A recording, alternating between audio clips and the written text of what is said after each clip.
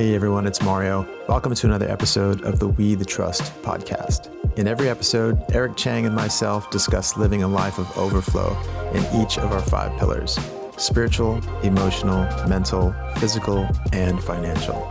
Join us as we train to be better at being the men God designed us to be. Better images of Christ, better husbands, better fathers, businessmen, and leaders. Our hope is that these conversations challenge you to desire the life that God meant for you when He designed you. So tune in, take notes, and connect with us as we enter the fray of manhood.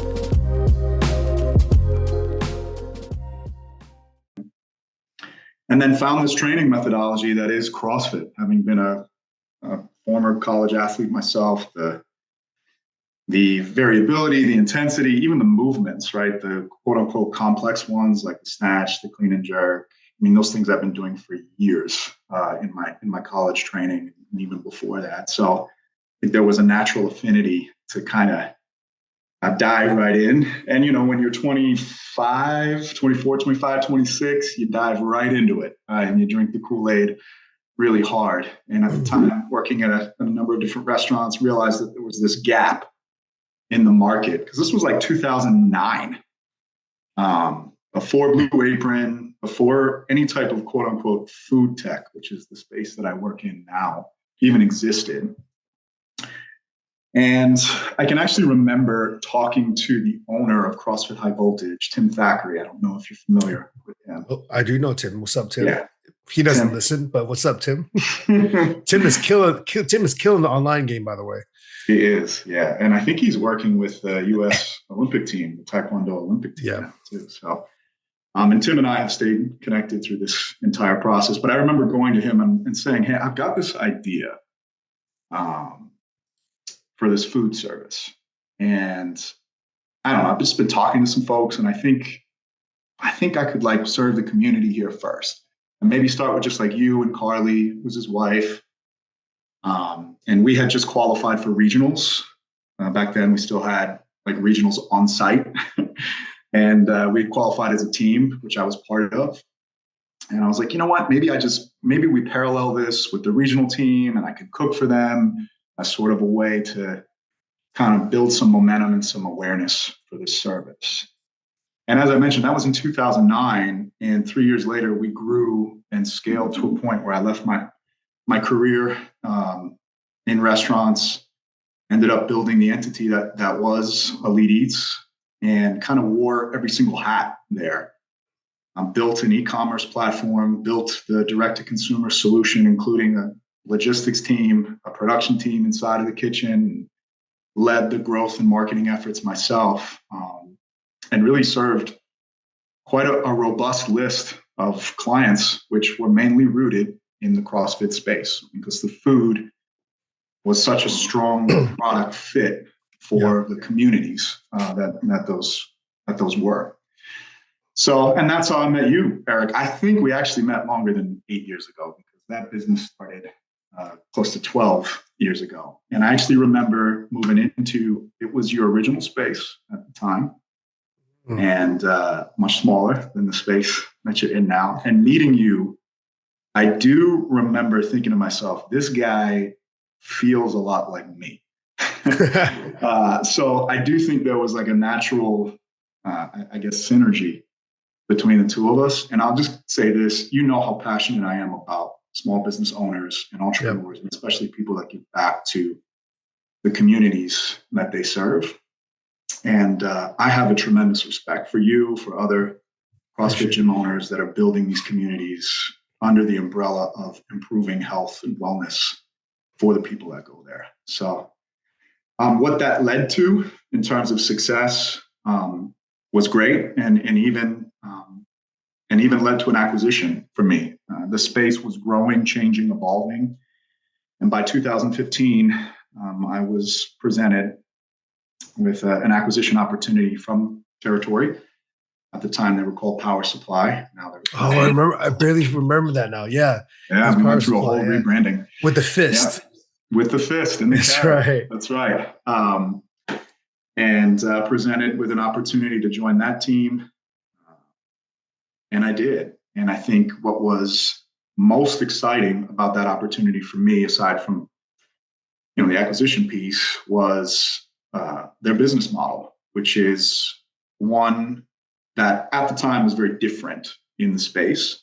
Most meal prep services, and I would say even today, most meal prep services are vertically integrated. So they have this huge facility. They do the production, they do the packaging, they do the distribution, all out of that space. Territory is very interesting because they disperse the production to different producers of all shapes and sizes, a majority of them rooted in the communities that they serve. So again, these are small businesses, restaurants, catering companies, food trucks. Yes, we do work with some really high-level producers, USDA, FDA, federally regulated spaces, because the volume is so big. But there's still, even to this day, an element of supporting the local food community, which I really love. So I joined that team in 2015, and we have built and scaled and grown to a point that has honestly gone well beyond my expectation. Yeah. And now I serve as the VP of Operations, which oversees the entire end-to-end supply chain of the business. So everything from procurement to production to fulfillment, logistics, customer service, food safety. Mm-hmm. So it's been quite a path, to be honest with you. And if you had asked the 26-year-old me, in 12, 13 years, what would he envision himself doing? I guarantee you this was not it, but here we are. Yeah. It's God's plan, right? And we talk about that a lot. Yeah. So that's it. I hope I synthesized that as best as I possibly could. Great summary, man. Yeah. Yeah. I'm very curious to hear, because I know very little about your football years. Sure. I know a lot about your CrossFit years, because we've talked about that in the past. And we worked out a few times together, and you were an animal. Mara, I am not hyping him up. This man is large, bro. I believe you, man. I will say my training approach has changed a lot. I'm sure, man. I mean, welcome to 40, you know what I'm saying? Exactly. So, the closer you get to that big 4-0, just getting out of the gym uninjured and not, and being able to walk, I think is a win for sure. Wait till 10 years later and you're here on my side. Yeah, it's right.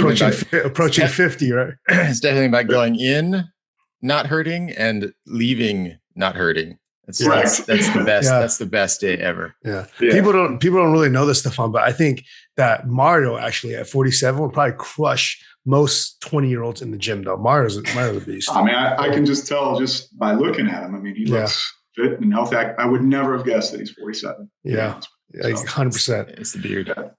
But yeah, so I mean, in your life, there's been all these different opportunities you've built. Most people in their entire lifetime will never have an experience acquisition, which is humongous, right? So that means that you have experience building value. Now, what I wanted to ask is, looking at football, working for someone, being in finance, going to working for yourself, getting acquired, and working for someone again, but kind of working for yourself in a way, and then where you're at now. How has your history specifically helped you form your values that you hold today? And then I'm curious to see how they've changed over time. Yeah. Mary and I were kind of talking about this before you signed on. It's so interesting to see how my values that I think now are more strongly rooted in my faith than they've ever been, developed in parallel with my overall faith as my professional career and my personal career both developed. When I started Elite Eats, and I talk a lot about this with the folks that I work with, and the mentorship that I provide. But my why behind initially starting Elite Eats was not really rooted in something powerful, right? I think a lot of people start businesses because they want to be a millionaire. And, there is some power to that, but I think what is difficult is when the challenges come and you need to face those challenges, you are not rooted in something powerful enough, in my humble opinion. You're not rooted in something powerful enough to really inspire you past those challenges. and make sure that you are getting up every single day with the right thought process to work through anything that may come your way. And that is not just a business lesson that I've learned, but certainly a personal lesson as well. And I think about now I'm a father, I'm a husband. My parents are, they might kill me for saying this, but they're starting to enter the ages where they're having some difficulties on the health side, right? So there's a level of responsibility that I feel around that. So kind of rooting my why, like the reason, not to steal, your branding, but the reason why I do things has really changed over time.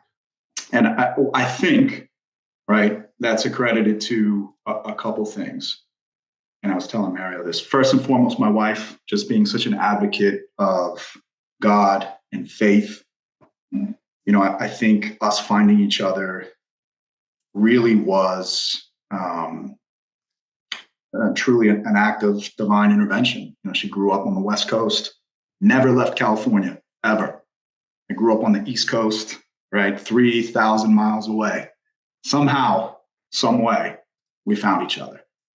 And ironically, I found her, our very first date was 2 weeks before I even launched Elite Eats. I told her, she asked me what I do for a living. And I said, I cook.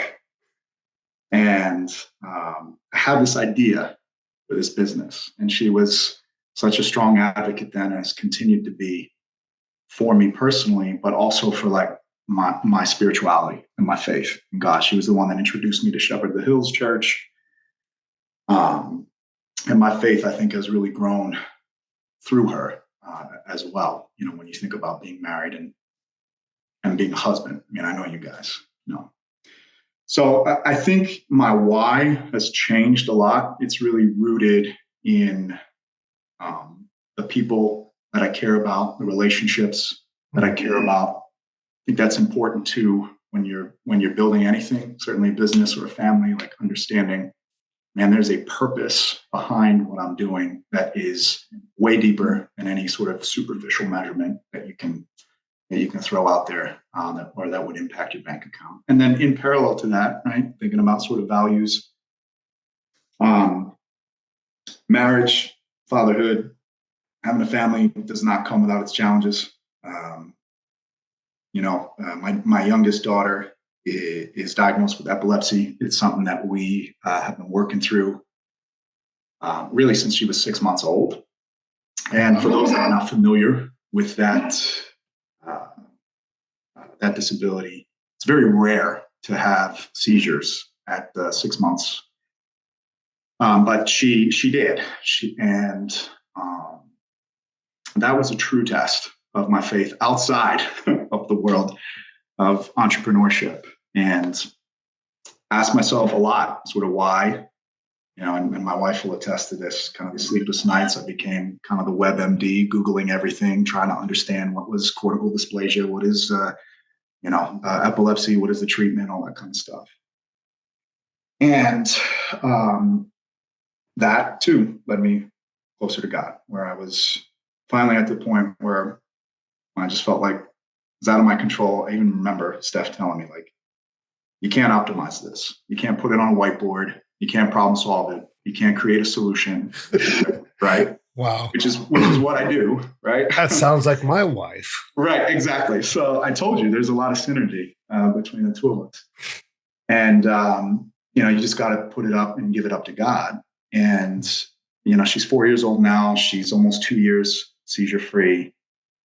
And I don't look at it as like, oh, God has cured her. I think God has given us the ability to find the resources to give her the best medicine, the best doctors, the best insight we possibly can. That has created this stability for her with this particular setback. So, how have my values changed?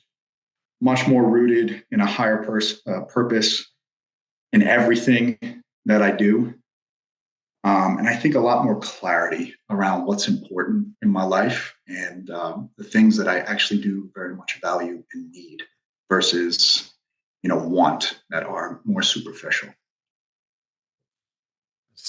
Stefan, you and I actually share that in common as far as our daughters. So my eldest daughter, when she was, I think she was 3. She just turned 3.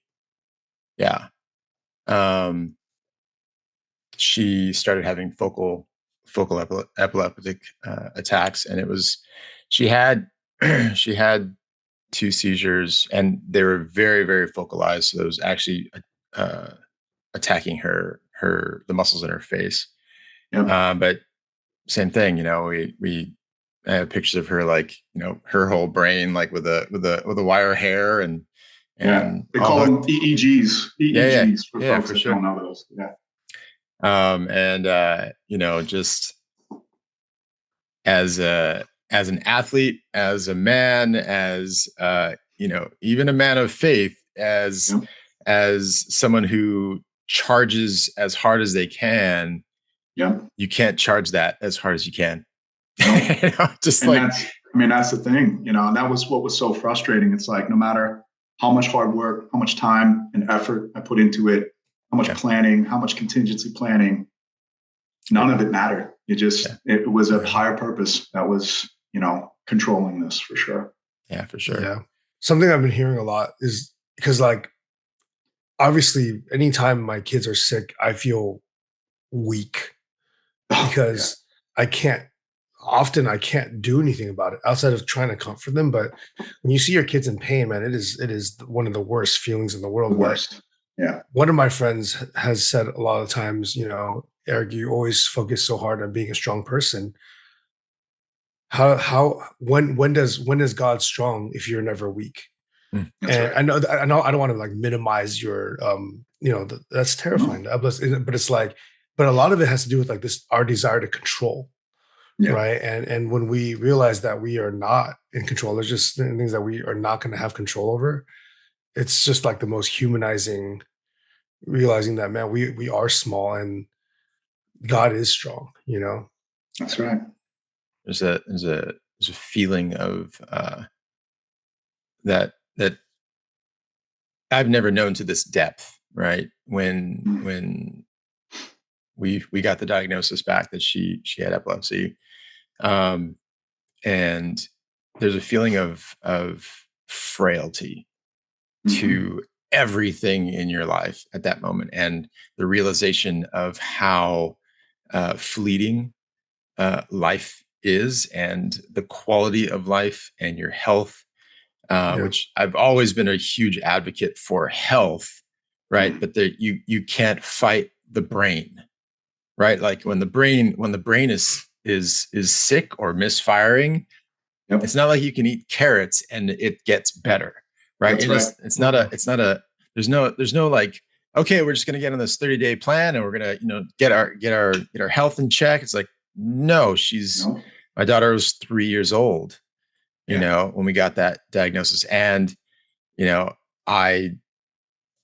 like, yeah, you read all you can, but all you can just kind of like gets into this place of, and I know you wrote this in the show, the questionnaire that we sent you, but all you can do literally is just fall on your knees and surrender everything. Yeah. Which is what I did. Yeah. That's all you can do. And, like, it's true. It is this feeling of helplessness, but, again, perspective, I think,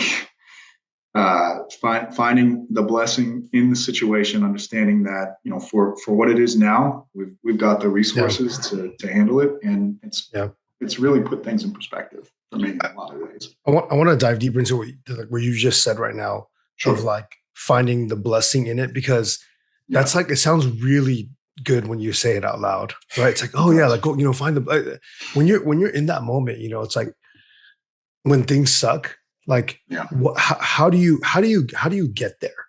Because I know for me, when I am not feeling blessed, I do not feel blessed. You know what I'm saying? I'm like the ungrateful child. Like I'm like, I was about to swear on the We the Trust podcast, but I was like, God, this is, Hey, don't worry about it. This is real shitty, And like, how is this supposed to be a blessing for me? Like, I'm just mad. I'm just upset, and man, like, so it's like, for you in your situation, like, to be able to say like, yeah, like, let me find the blessing and have that foresight and see, like, let me find the blessing that this will be in years somehow, and taking something that's so bad. Like, how do you do that? Yeah. Or has it always come easy like that? It has not. I think you have to go through some things, right? You have to be sort of seasoned and conditioned. And you build that resiliency, you build that habit, right, of finding the blessing in the setbacks. Again, like, from a work perspective, from a personal perspective, you get trained to kind of find the silver lining in every situation. And with this particular example, with my daughter, again, reflecting on it, having the ability to get her the right doctors. I mean, we went from UCLA to USC. Now we work with folks at Atlanta's Children's Hospital, who has like one of the best pediatric neurology departments in the world. And understanding that we're in a position, we are blessed to be able to get her the resources that she needs to help mitigate this. And also realizing that, and I hate to say this, but it's true, it could be a lot worse.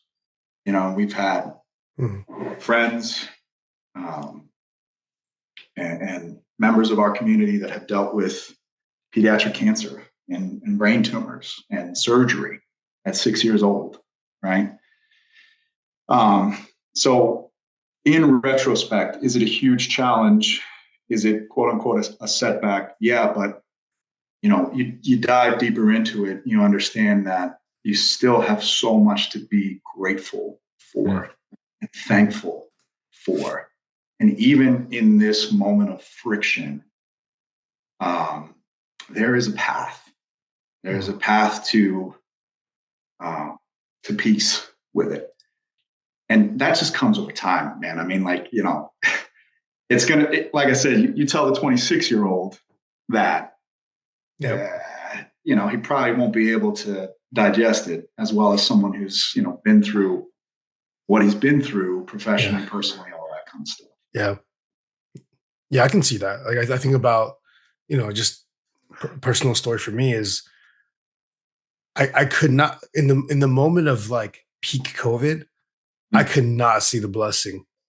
I could not see the blessing. Like, I'm like, this is trash. Like, I had moments of like, God, are you just gonna like take my business and just like kill me off? Like what? Like, am I gonna get the vid and just like die? And like what's up? Like, what's the end goal here? Like, it's how is my life falling? Like, and because I was, and it sounds weird to like, I was like asking those questions, but because I was able to ask it, now I'm so clear on what my calling is, and more clear than ever. Now I look back, I'm like, yeah, it was a blessing and it was good, but in the moment, it's damn near impossible to see the blessing. Do you think by going through that situation, and I think this is what you're saying, you sort of were enlightened, you better understood a couple things, including the influence that you can have on people and your community and the health? And is that what has sort of sparked you to go deeper into what you're doing now and making sure that those efforts are, multiplied and really, expanded on? Is that what you're saying? I think it was always there. I think it was always there. I mean, so if you've known me in the time you know me, like, I've always been like, I have not been this like, I've always been a little bit more serious and the holistic in my approach. But I think COVID put me into like I will die for this cause. Yeah. Like I really believe it, and I will give my life to the mission. And as a result, it not only transformed me, but my staff as well. And their buy-in is as deep as mine, and I think it was transformative from that end. And then now I just want to serve people from it's crazy because I went to a position of losing everything where I was like, dude, I was like down over 6 figures over the course of like 18 months. And I'm like, okay, when will this come back? And then what I learned is, man, now 3 years later, I'm in a much better position, but I'm also like, man, money don't matter. Like, tell me about it.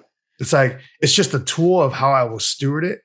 It does matter. So I don't want to come across the wrong way, but like, it's like the what I thought it was, the power that it had over me, it no longer holds. Yeah. Because I just see it as a resource. And without going through COVID, that I would have never experienced that. It's great. Know?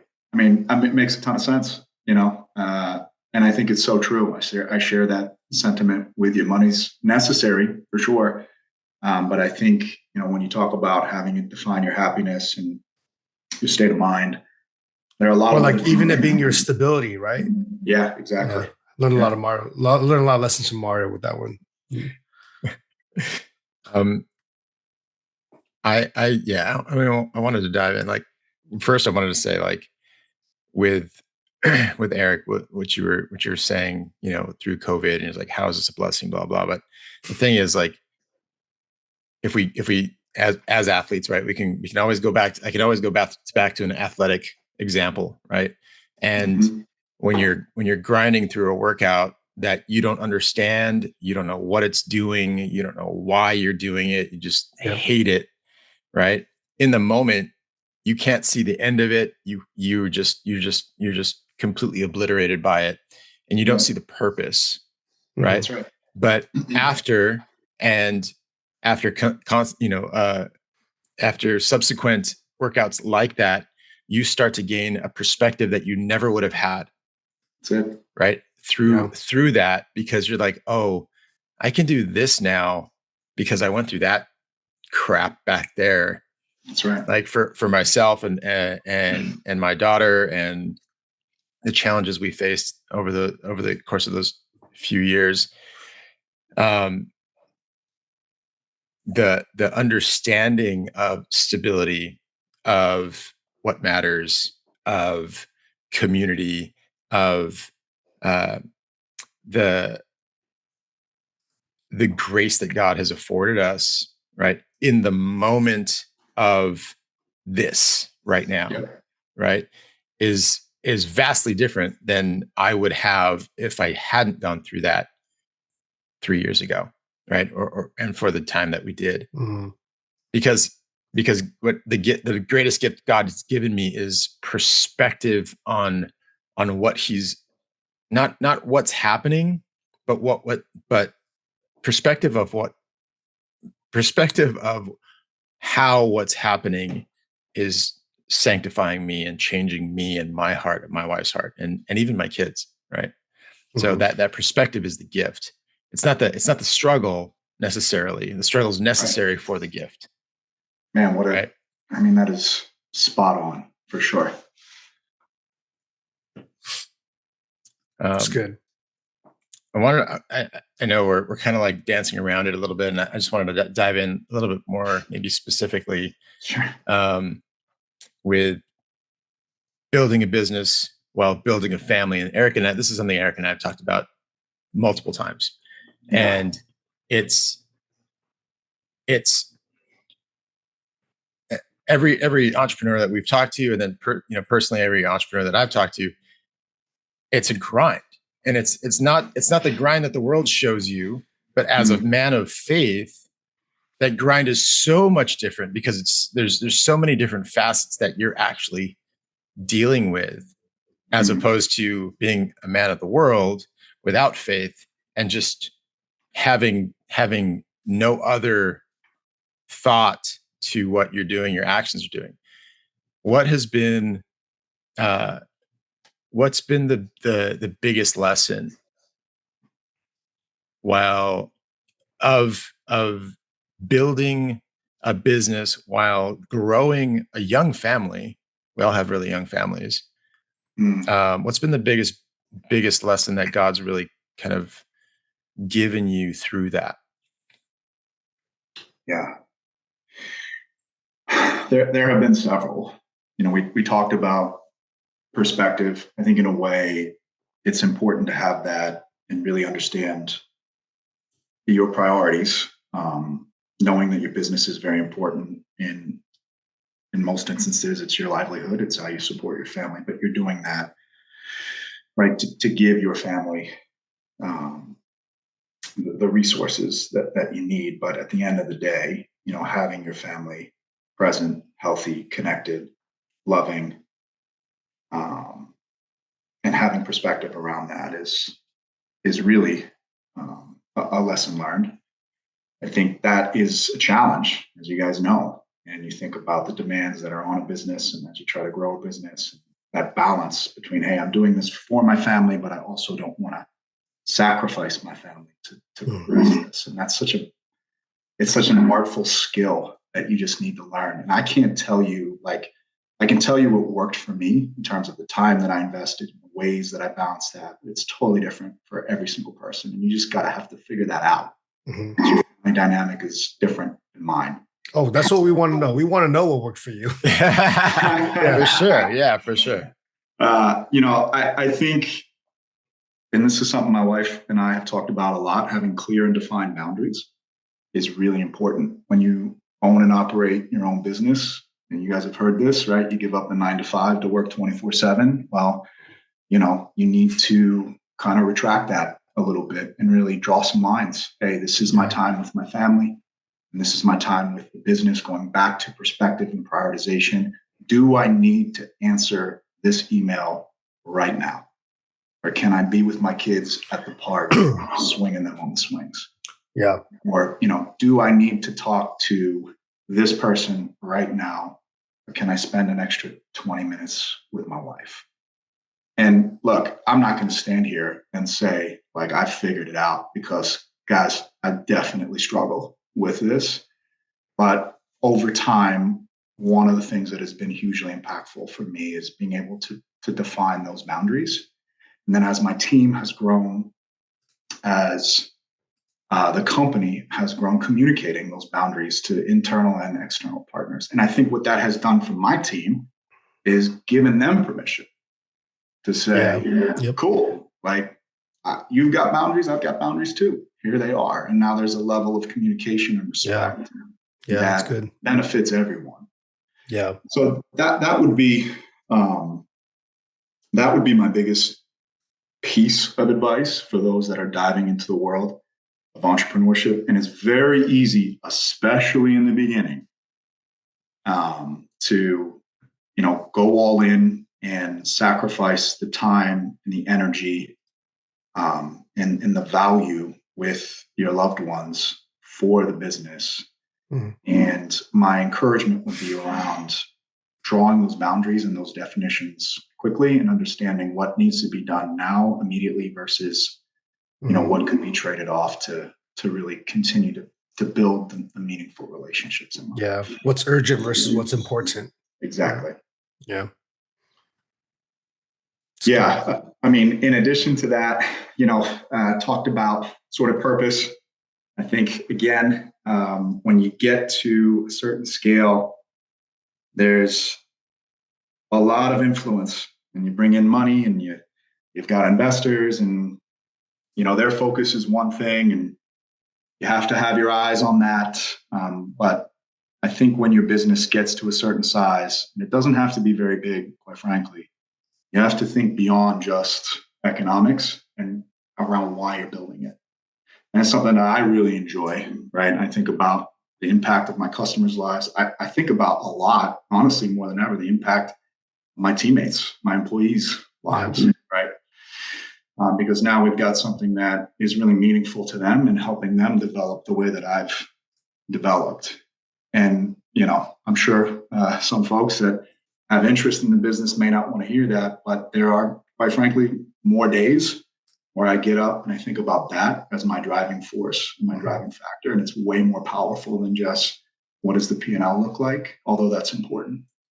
So I think, drawing those boundaries and really establishing a very powerful why behind your business are the things that are going to help you lead to success. That's huge.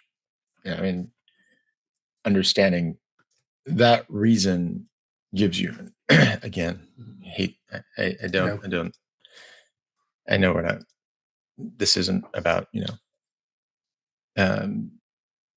promoting Eric's gym. But the reason, right, that we keep going back Y'all to keep this, punning out here, dude.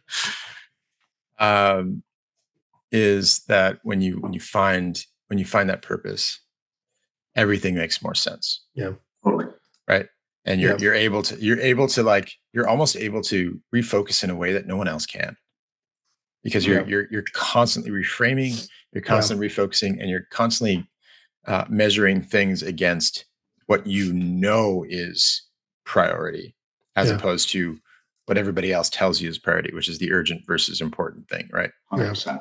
Yep. Yeah. 100%. As you guys were talking about that, it made me think about, I do like quarterly staff reviews with, well, I don't do them. Luke does them, but he does them. Luke to do them though. And and then I do the staff reviews for my and planning and career mapping for my leadership team, which is like 3 people right now.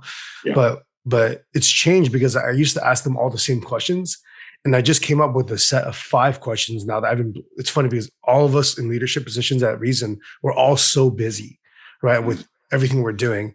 But it's funny because I used to use the same template, 10 questions that I use for all of my team. And like I have Luke use that to meet with the other team, like team members too.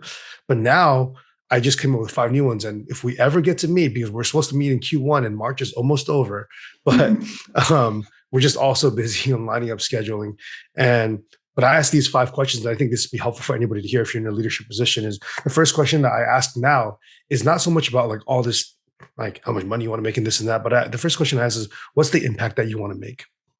And I asked that, and my follow-up question is, well, what would you need to make financially to be impactful at that level? The third question I ask is, what do you want your day-to-day to look like? And the second to last question I ask is, how can I help you get there? Yeah. And then the 5th question is one that I've been working on myself, but I realized it's changed the game for me, and I want to help implement that in my staff is, what does rest look like for you? And how can I help you prioritize it?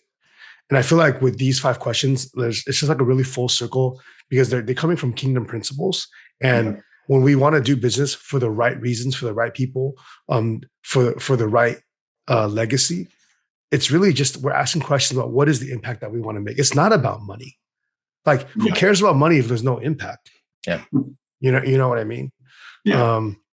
But yeah, I thought that might be helpful to share. So love that. Yeah. I mean, kingdom principles is something that I structure my leadership style around. Eric, you know, sort of my thoughts around what I think makes a quality leader, and the characteristics that are really derived straight from Christ and the way that he interacted with his disciples in the world. And, you know, to frame up your evaluations that way too, I think is really smart. I wonder, have you done this exercise? What has the reaction been from the team? Because I was I just came up with these like in February, and I sent them my calendar. I'm like, yo, let's get it in the next 8 weeks. No one has successfully scheduled yet. So I'll let you know on a follow-up conversation. Please do, because I think it's very interesting. I love those questions.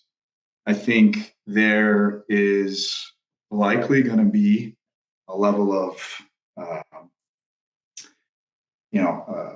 bonding, galvanization, if you will, even further of your team to you, right? Because when folks understand that their leadership is thinking about them this way, it really can create very powerful, impactful, dynamic teams. So I'd love to know how it goes. I've spoken to a lot of teams and into a lot of business owners' lives. I do just mindset focused coaching as well on the branding side and like just personal brand side, whatever. And I've spoken to Eric's staff a few times. And every time I come away from speaking with his staff or even Eric and I are constantly talking, but seeing what God's doing in Eric and him trying to translate that into what he wants to do for his staff is really, really special.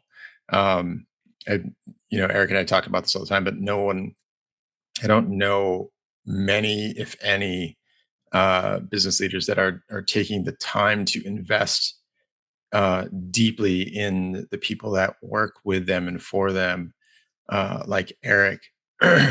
because what I see in Eric that's special as a leader is that he's constantly trying to figure out what's God doing with me, and how can I translate that to me helping the people that work with me, and not just to help them, but on the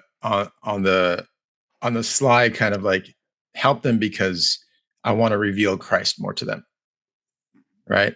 And that's something that I think is very unique to Eric's leadership style.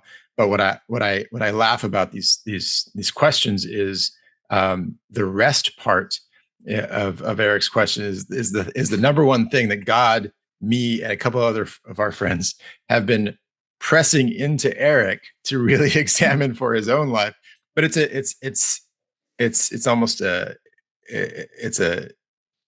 it's unique to entrepreneurs and athletes, and entrepreneurs who are athletes.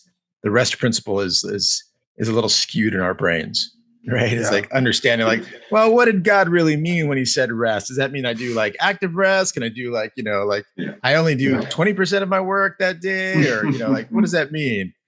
So anyway, I really appreciate what he's doing. Yeah. I mean, I think I added that in this year because it's something that I'm learning, but also, I mean, I just had this text about because we're trying to figure out men's ministry at my home church right now. And it's kind of a cluster, honestly. And we're trying to figure out what's going on with it. But there are men that are moving in a certain direction. But there's a friend of ours who actually does listen to this podcast. His name is Drew.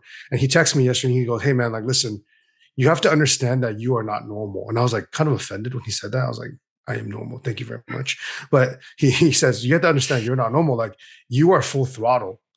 And he texted it and I was like, full throttle. And I realized that by proxy of just being myself, like, and people being around me that want to be around me, it can like either burn them out or really have them start to go at my pace. And I see that in the guy that's been with me the longest, Luke, right? Like, Luke is now full throttle as hell. And he's been, and like it's funny because Johnny, Johnny DeGrigio, right? So he just started. Yeah, so he just started as a probationary coach for us. So he's kind of like as a probationary coach with us for this season. And, and he was like, bro, Luke works. Yeah. And it's just funny because like in my mind, I was like, yeah, he works, but he don't work that much. right? Like in my mind, right? But I'm also like, I see so many things that, and so I'm like, okay, as I lead, I realize they're becoming like me. And I'm like, you know what? I don't want them to be like, I want them to be like themselves in their nature. Exactly. But I also want them to figure out how to find rest so that they're rejuvenated and passionate about doing the things that they're doing. Yeah. Yeah. I have to admit, I don't practice the rest principle as much as I should. I think there is a forcing function in my life now that is my wife and kids that action that more now more than ever. But that is certainly a gap. I'm going to gross plug right now. We've got a friend named Phil Chan who's on episode 2 episodes ago. He wrote this book called Rhythms of Resilience. Highly recommend it for you, Mr. No Rest. For sure. It's really good. It's really good. Yeah. So, Phil definitely practices that principle. I think one of the best that I've ever actually encountered. He actually really sets time aside to. He rests like it's a job. He engages in rest, which is a totally different thing, right? Mm-hmm. When you say, "Oh, I rest," it's like, our perception of what that is can be very skewed sometimes, right? Yeah, totally. He actually actively engages rest, like it is kind of like a job to him, right? Mm-hmm. Not in the bad sense, but it's like, hey, I've scheduled this, I've set it up, and I'm doing this. Yeah, and but I think that's why you and I are similar. So always like, we are aggressive, entrepreneurial, go-getters, quote unquote, full throttle, Andrew. Mm-hmm. And for me, rest is like 5 minutes of me, and about from minute 3 to 5, I'm like this. Twiddling my hands of like, so like when is this, am I done with the rest or I'm good now, and I think it really is a practice that I have to learn, just like gratitude. Just like anything else. Yeah. Mm-hmm. Sure. Exactly. Yeah, Stefan, we want to respect your time, man, and we know you're a busy leader with a lot of things going on. So we're going to kind of get close to wrapping right now, but we want to ask you. There's 5 questions that we ask called the Trust Fast 5, and it's a series of shotgun questions. And what we basically do is we ask you how do you strive for excellence in regards to these 5 pillars that we have? But I did want to ask one more question, and if you just share it really quickly in 1 minute before we get. I have some time. Yeah. Okay, cool. Before we get into the Fast 5, and I think this would be cool because I think it would tell me a lot more about you. Like, what is your favorite attribute about our Father, about God? Yeah, I mean, it's love, and I think it's a theme that is so present. Yeah. In the Bible, and is so central to your faith and so difficult to define right now, you know, and we use love in a lot of ways. Like, I love pizza or I love CrossFit, right? I've even gone so far to use love, the acronym, to kind of direct my team around characteristic of leadership that I want to set in terms of a precedent, obviously in God's likeness, but also that I expect of them, right? But man, love is so powerful, and I look at how I defined it, how it has impacted my life, and how it's changed, how that definition has changed from, you know, even on the past decade, right? And now being a father, and again, even with my parents now, you know, sort of being on the other side of the table. But it's by far my most favorite characteristic. I think the one that's most important, the theme that is the strongest in the Bible that we really just need to have a better hold of. I love that. I know you have an acronym for it too. So. I do. Yeah. So I talked to my team. I talked to my team about this love culture that I want to build. And again, you talked about sort of sneakily putting in the Word of God and setting the example of a faith-based man. But, you know, love stands for let it go, understanding that, one, you may not be in total control of the things in your life or the things that impact your work. And mistakes will happen, successes will happen. You need to acknowledge those things, and you need to be able to let go of those things moving forward for the benefit of everyone. And to the counterpoint of that, right, the O stands for own it, which is understanding what you can control and doing the work that you can do, and recognizing that everyone has a purpose. You know, there is an executive chef and there's a dishwasher, and everyone is just as important as the next for the success of the team. V is value. And this is something that I think, again, ties into the concept of ownership, but understanding and valuing the work that each of your individual teammates do.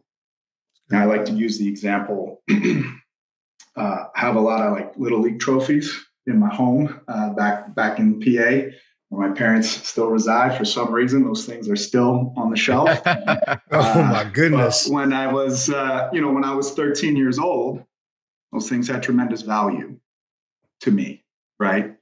And now over time, and I've started to kind of devalue those things. And I think sometimes we do that with our relationships. And look, I'm not going to stand here and say that I'm not guilty of it.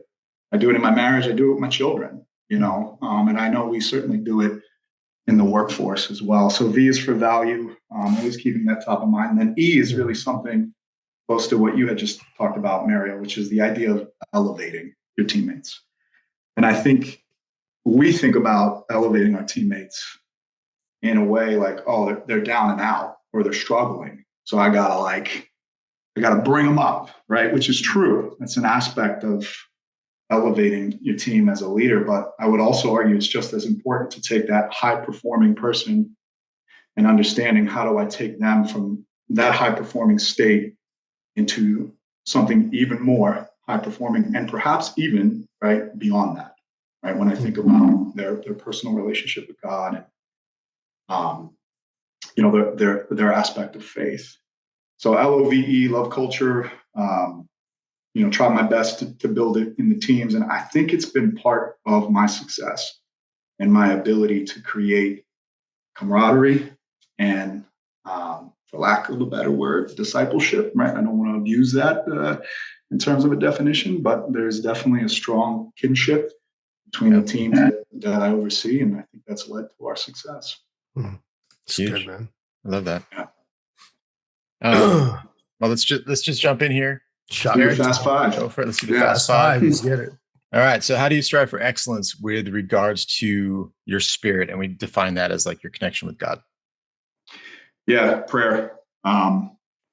Every day. Sometimes really short, sometimes really long. But just trying to speak to God every single day, usually in the mornings. I get up pretty early, and that's usually my prayer time.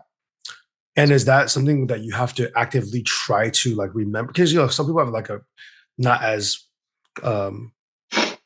naturally flowing prayer life. Yeah, prayer life. Yeah. So for you, it's just like it's like any other day. It's like short, whether short or long. It's fluid. It's like any other relationship that you make sure that you check in with daily. Exactly. I do have a routine. I'm a big routine guy. I know, Eric, you know that about me. And again, that's just sort of developed over time. I have a little home setup gym here, down into the gym early in the morning. I do have an app that prompts me, right, to kind of get this thing going and get this time with God set up. And I use it sometimes. Literally, it's 3-4 minutes. There's some prayers that I can walk through. Sometimes it's a longer conversation where I'm just kind of explaining what's on my mind. But just out of curiosity, what app is it? Not sponsored. Oh, it's the Bible app. Okay. I mean, is it the main Bible app? The main one. Okay. Yeah. Oh yeah. So cool. Yeah, it's great. I mean, that's something that I used to on a daily basis. So yeah, I just got back into the app too. I started out by doing the Rich Froning 5 series Bible study. Oh, interesting. Yeah. Yeah. CrossFit will get Eric to do anything. Froning will get me to do anything. How do you strive for excellence with regards to your mind? So your mindset and your mental growth. Yeah. I think there's 2 areas here. I love to learn, like that book that you just shared. Definitely want to know what it is. I can make sure that I can dive into it, set time aside for that. That is not as much of a daily practice as journaling, which is what I started about 3 years ago. Actually, a little over 3 years ago. Interestingly enough, it coincides with when my youngest daughter was starting to struggle with some of her health elements.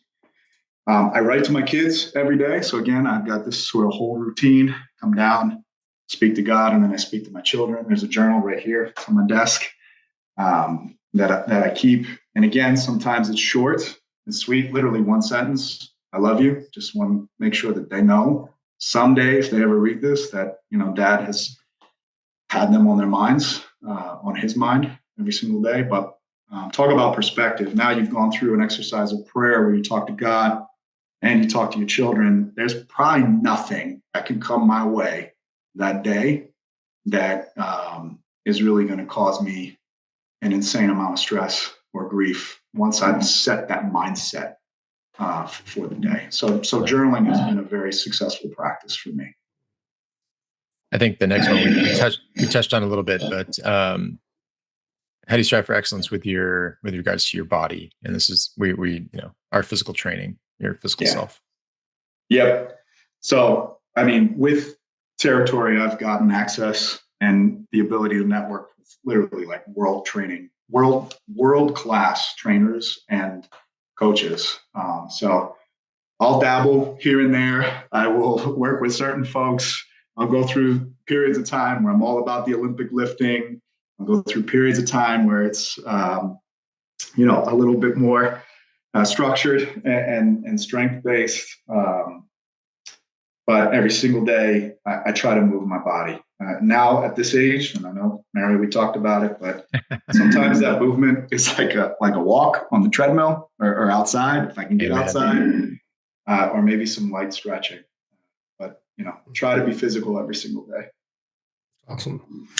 What do you do to strive for excellence in regards to your heart? Like, so take care of the emotional health, relationships. Yeah. I'm a big relationship guy. One of the things that I enjoy doing is just this, right? Talking. So,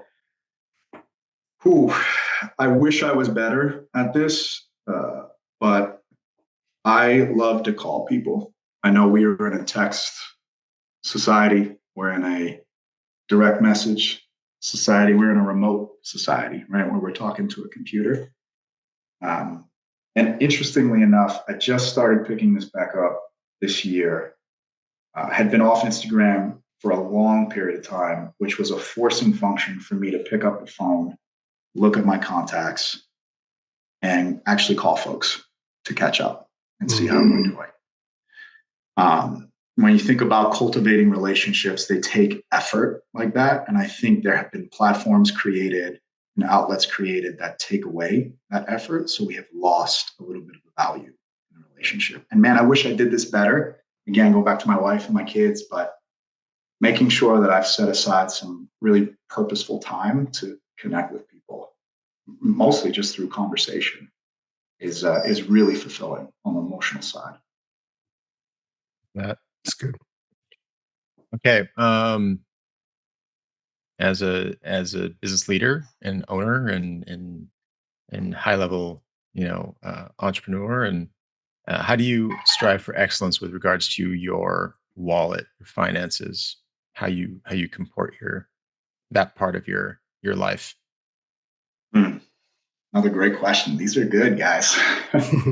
One thing that we didn't talk about that I did want to mention was the practice of tithing. I had never tithed before I met my wife. And when I met my wife, I had nothing, like literally nothing. I had a bed with no sheets that had a hole in it from my dogs, right? And that was like my apartment that I showed her. So there is an aspect of discipline that I will always have in my wealth and my wealth management, because I have seen the benefits of giving back and giving back to God for what He's given me. I think, having an idea of a specific number in mind is far away now from my perspective. I think that there's a lifestyle that I know that I would like to have, and a level of support that I want to be able to give my children and my wife. And that really guides my pursuit around, my finances. And in parallel to that, the impact that I can have on others and others' lives, I think to me, it is more valuable than the financial piece. So as long as those areas of my life are good, then I know that my finances are fine. And if I'm able to comfortably give back that 10%, and in some instances uncomfortably give back more, then I think my finances are in alignment. Love that. Love it. Man, thank you so much, Stefan. Yeah, this was great, guys. You guys are easy to talk to. We try. Yeah, Try to be man. I appreciate the good work you guys are doing. This is great. Thanks, man. We appreciate it. You bet. All right, guys. We'll talk later. Yeah. See ya. Bye-bye. Bye-bye.